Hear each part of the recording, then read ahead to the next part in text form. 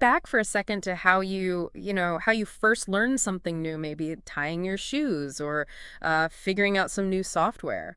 Chances are the tools and methods used even just a few years ago look pretty different today, right? Oh, absolutely. Night and day sometimes. Yeah, the way we teach and learn is changing really fast, and that's exactly what we're digging into today. That's right. We're taking a deep dive into this whole digital transformation of teaching and learning. And our guide. Well, our guide for this exploration is a really comprehensive presentation. It was given back in October 2021 by Zoraini Wati Abas.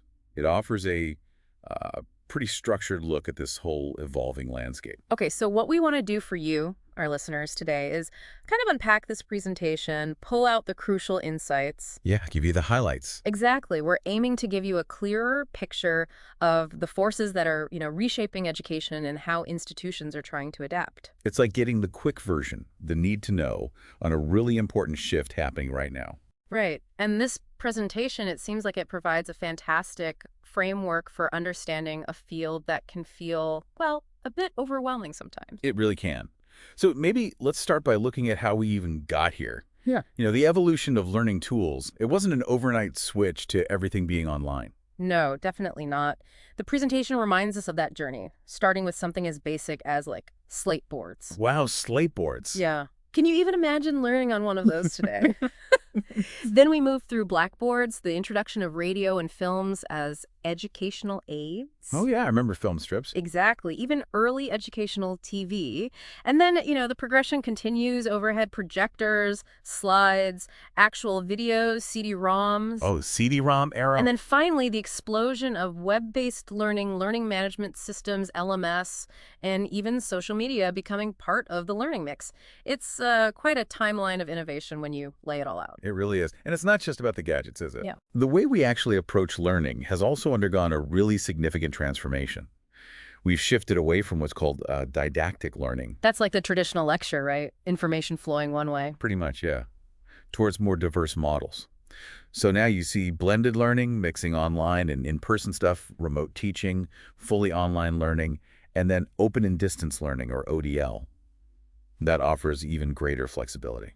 And I'm sure everyone listening has heard some of the current buzzwords floating around: e-learning, remote lectures, online learning, ODL. They're everywhere. Yeah, the presentation highlights these, and it's useful to remember that while they kind of overlap, they often describe slightly different approaches to digital education. Absolutely. Now, to really get a handle on this transformation, the presentation introduces a pretty powerful framework. It's known as OMAR. OMAR. Yeah. This looks at the key ingredients for successful digital transformation: openness, mindset, adaptive, and readiness. Okay, Omar, let's break that down a bit. Openness, as I understand it, is about being willing to try new technologies, new methods in education. It's about an institution and its people being receptive to change, basically. Precisely. And mindset goes a bit beyond just being open. It refers to having a positive and proactive attitude towards digital learning from educators and students. Yeah, right. It's about believing in its value and being willing to actively jump in. Then comes adaptive, which highlights the crucial need for flexibility. Educational institutions need to be able to adjust their strategies as technology races ahead and, as we learn more about what actually works best for learners. And readiness, this sounds like the foundational piece. It really is. You can't just jump into digital learning. You need to have the groundwork in place. The presentation really emphasizes this institutional readiness, breaking it down into 3 key areas. That's right. The first one is infrastructure. Now, this isn't just about having strong Wi-Fi, although that's definitely part of it. Sure, table stakes these days. Totally. It also includes having the right digital platforms like virtual learning environments or learning management systems, things like Moodle or Blackboard. Right, those platforms people use. Exactly. Plus the necessary software and, importantly, high-quality online learning materials. Without these basic tools, effective digital learning is, it's a real struggle. Makes total sense. You can't run the race without a track, right? Yeah, exactly. Okay, so what's the second key aspect of institutional readiness the presentation points to? The second is info culture. This might sound a bit abstract. A little bit, yeah. But it essentially refers to the people, the support systems, and the guiding policies within an educational institution, all the things that enable digital learning to actually thrive. Okay, so that's like having skilled IT support to help when tech goes sideways. Crucial. Educators who are comfortable and good at using digital tools and clear guidelines and policies around things like, say, online assessment or data privacy. Exactly. It's the human and organizational side of this digital transformation. Got it. And the third pillar of readiness. The third crucial element is competencies and new talents. As learning moves more online, institutions need to bring in or develop expertise in new areas. Like what? Well, the presentation specifically mentions skills in data analytics. It also talks about a futures lab mentality, sort of being forward-thinking and experimenting with emerging tech. Then there's multimedia production to create engaging online content, professional development to help existing staff get new skills. Upskilling. And even expertise in marketing and business development to reach new learners with these online programs. It's a really significant shift in the skill sets needed within education. Wow, it's almost like an educational institution needs to think of itself partly as a tech company now, with all those different types of expertise required. In some ways, yes. And this naturally leads to the idea of future-ready courses, doesn't it? Yeah, exactly. The presentation stresses that courses designed for blended or online delivery need to be really intentionally designed. They should leverage data and learning analytics to continuously improve how effective they are. And we're also seeing new kinds of offerings pop up. Yeah, things like micro-credentials, which are focused on very specific skills, and lifelong learning courses that cater to a much broader audience beyond just traditional students. So the digital transformation isn't just about scanning old lecture notes and putting them online. Not at all. Definitely not. It's a fundamental rethinking of what education is, how it's delivered, and, who it's for. Okay. Now, the presentation then digs into how teaching and learning itself are changing in this digital age. This is where we get to see the real impact on the learning experience for someone listening right now. Absolutely. One of the core shifts is in the role of the lecturer, the teacher. They're moving away from being the sole source of information. The sage on the stage. Exactly that. To becoming more of a guide or a facilitator of learning, helping students navigate the huge amount of resources available online.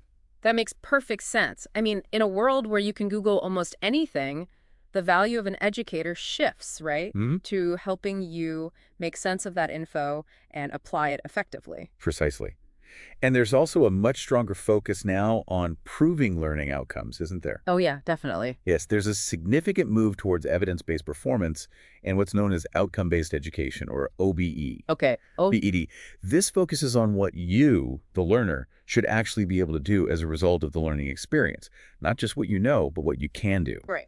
And to achieve this, there's an emphasis on constructive alignment, meaning that the learning activities and the assessments are directly linked to those desired learning outcomes. So an example. Well, if the goal is for you to be able to critically evaluate research, the assignments would involve actually evaluating research, not just, say, memorizing definitions about research methods. Gotcha. And we're seeing different kinds of tests, too.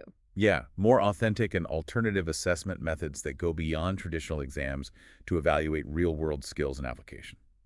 And all of this is supported by the field of instructional technology and design. It sounds like there's a whole science behind figuring out how to best use technology to help people learn. There absolutely is. The presentation touches on a whole network of interconnected ideas here. Instructional technology itself, instructional design, which is the systematic process of creating effective learning experiences, learning architecture, various learning theories that help us understand how people learn best. That sounds complex. It can be, but also different models for designing instruction and crucial elements like making sure learners are ready, that the experience is user-friendly and keeps them motivated, and of course effective ways to assess learning and make sure everything lines up with the intended outcomes. It's a complex but totally vital area.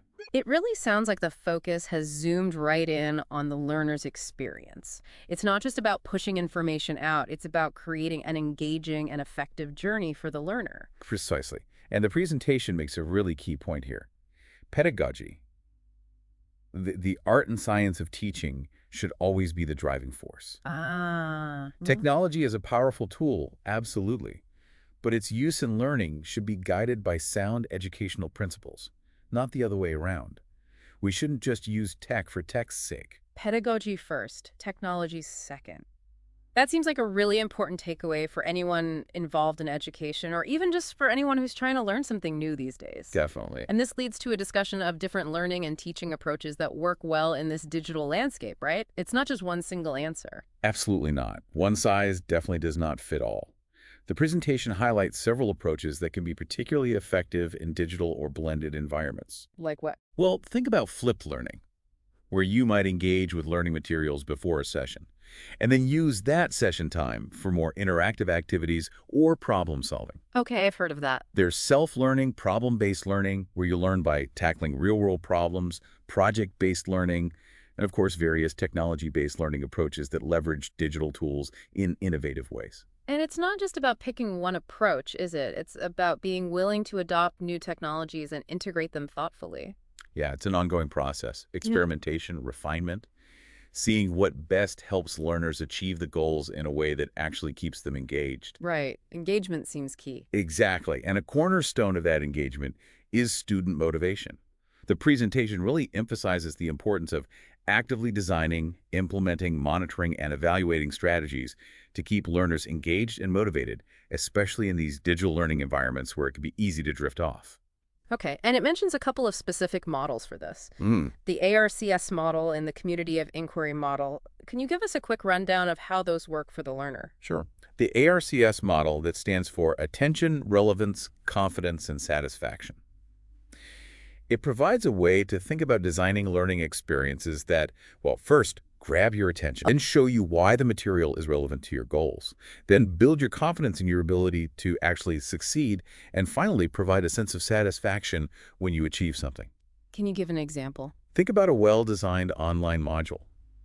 Maybe it starts with a compelling question, connects the content to your interests or career, provides clear learning objectives and supportive resources so you feel confident, and then offers ways for you to see your progress, giving you that satisfaction.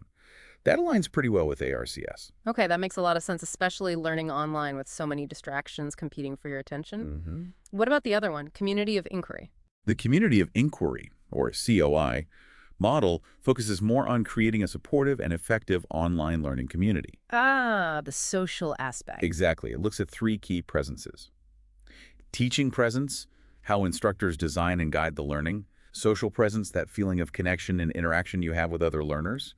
And cognitive presence, the extent to which you're able to actively construct and understand the material through discussion and reflection. So it's about thinking together online. Pretty much. The presentation specifically points out that the COI model is really valuable for fostering deeper learning through online discussion forums, where students can interact with peers and build a shared understanding together. So it's about building not just a virtual classroom, but a real learning community where people feel connected and supported. That's the idea. Okay. The presentation then provides some really helpful examples of blended learning in practice, which makes these sometimes abstract ideas a bit more tangible. Yes, it gives examples like combining online tutorials, maybe synchronous ones, with virtual lab sessions, or using e-learning portals for both live and self-paced activities. So different mixes. Yeah, facilitating self-managed learning through interactive modules, what they call iModules sometimes, and just generally creating well-integrated blended environments that use a mix of online and maybe some in-person resources. These examples really show the flexibility and variety you can have with blended learning. And there's this concept mentioned, high tech, high touch, which seems really important. It's about balancing all the technology with the human element, right? Absolutely. Technology alone isn't the magic bullet. Yeah. The high-tech, high-touch idea emphasizes that while technology can greatly enhance the learning experience, it's still crucial to have skilled and supportive academic and administrative staff, people who can provide guidance, answer questions, and offer that human connection. That essential support network. Exactly. This balance is really key to student engagement and ultimately success. It's a good reminder that learning, at its heart, is still a human interaction, even when it's mediated by digital tools. Well said. And the presentation wraps up this section by linking the evolution of learning to the, the age of YouTube videos and Netflix age?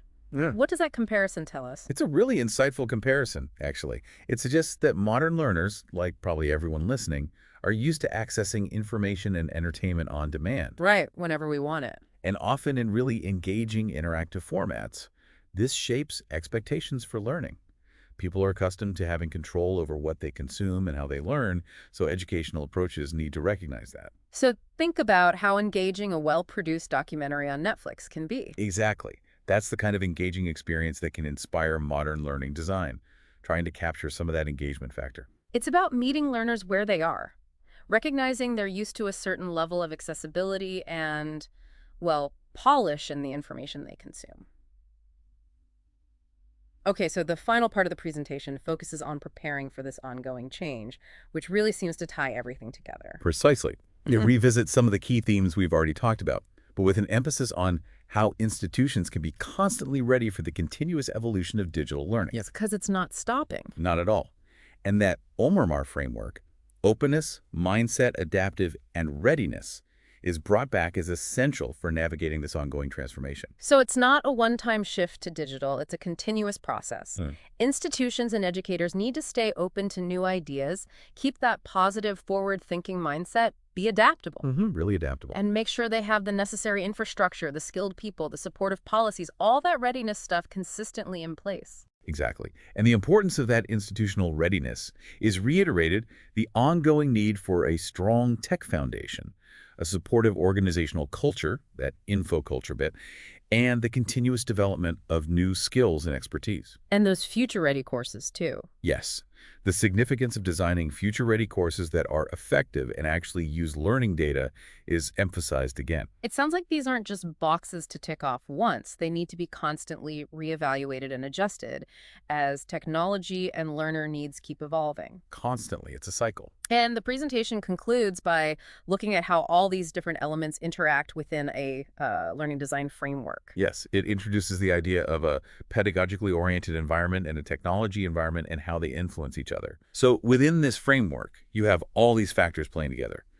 Learner motivation, the availability of learning resources, the overall learning experience, student engagement levels, the role of social media, different learning models and frameworks we discuss, various teaching methods, student success itself, the focus on learning outcomes, OBE, and the learning platforms being used. Wow, okay. It's about understanding how all these pieces have to work together synergistically to create the most effective learning experiences. It's a really comprehensive perspective, isn't it? Showing that digital transformation in education isn't just about the tech itself, but about how it all comes together to support the learner in this, well, constantly changing world. Absolutely. It requires a thoughtful and integrated strategy to truly enhance learning in this digital age. You can't just focus on one piece. Okay. So if we zoom out and try to summarize the big picture from Zoraini Wati Abas's presentation, the key takeaway really seems to be that this ongoing digital transformation in education is, yes, complex, but it's a vital process. It requires focusing on good teaching principles first, pedagogy first, building strong institutional foundations using that OMAR framework, openness, mindset, adaptive, readiness. Crucial. Actively working to keep learners engaged and motivated, maybe using models like ARCS and COI, and maintaining a constant willingness to adapt as technology evolves and learner needs change. That's a really excellent summary. It's definitely a journey of continuous improvement, not some final destination we arrive at. Yeah. And it really makes you think about the bigger picture, doesn't it? The presentation closes with a couple of pretty powerful quotes. B.F. Skinner said, "Education is what survives when what has been learned has been forgotten." That's a classic. And George Siemens offered, "We derive our competence from forming connections." Both are incredibly relevant in this whole context, aren't they? How so? Well, Skinner's quote reminds us that the true value of education lies in the lasting skills, the understanding, the ways of thinking you gain, not just the specific facts you might memorize for a test and then forget a week later. Right, the deeper learning. And Siemens's quote, especially now in the digital age, highlights the importance of building networks, connecting with information, yes, but also with educators, and critically, with other learners. That connection is seen as a key driver of competence today. It really makes you consider the long-term impact of all these shifts in education. How are these new ways of learning shaping not just what people know, but how they learn to connect, to adapt, and grow in the future? Exactly. Definitely some food for thought there. How does learning become a continuous, connected part of life?